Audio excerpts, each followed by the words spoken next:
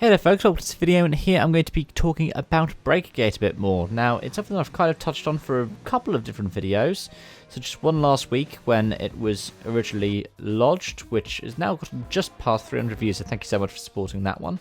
I also briefly touched on it yesterday in my Mexican Grand Prix preview, but today I want to talk about some other news that has come up as well since I made that video, such as, for example, the fact that Racing Point protested when their own brake bias device, very similar to what Renault had,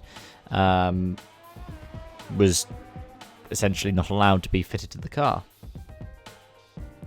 So this was a system that we now also know, and I'll put links to these articles on motorsport.com down below instead of on Autosport, just because I don't want anybody to have to worry about setting up any accounts because of article limits. But more or less, what it says is that Renault have had this system for more than this season. So in regards to the debate of whether or not they should be seen as having an advantage over Suzuka or more, Cyril Beatable said, "Oh, this isn't new for this season, this is something we've had for longer, but I won't tell you how long it's going to be." So it could easily be that they had this for the last year and a half.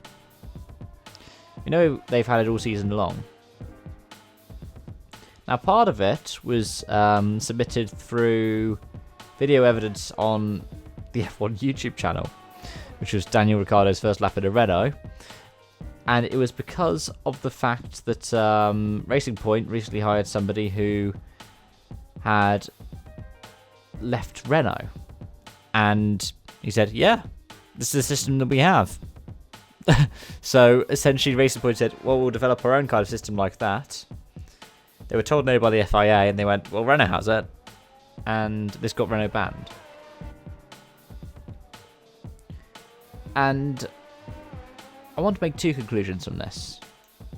So the first one is that we can't wholly blame Racing Point for it.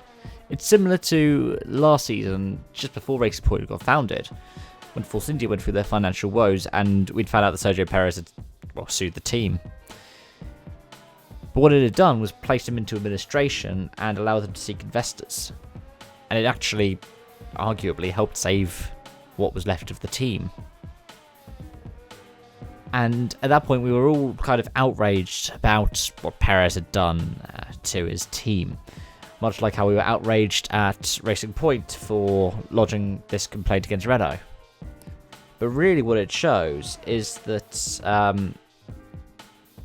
the stewards, or really people who just do any kind of homologation work for F1,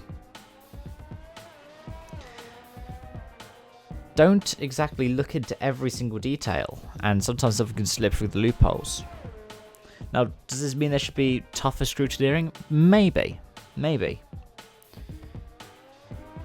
But what it also means is that you're not seeing some teams getting what you could consider an unfair advantage. Renault have decided they're not going to protest this. Sadly, as well, there's been now a discussion over whether or not Renault will remain in the sport post 2020. Which, well, it's fascinating, especially given the contracts that people like Esteban Ocon are bound by with Renault. But yeah, just to wrap it up, I feel Renault deserved the disqualification from Suzuka, and I could see why somebody would argue even more races, but I honestly don't believe they should be thrown out the championship over it. Just because at this point it's looking like they're considering leaving F1 again, which, you know, it happens whenever they're found guilty of doing something that is, well, cheating. Renault think, should we actually leave the sport because, well, we can't get anywhere without cheating? But I don't know. It's just annoying being an F1 fan and thinking, do we actually have to do this to placate midfield teams staying in the sport? We shouldn't have to. Anyways, those are my thoughts. Thank you so much for watching, and I hope to see you again soon. Bye-bye for now.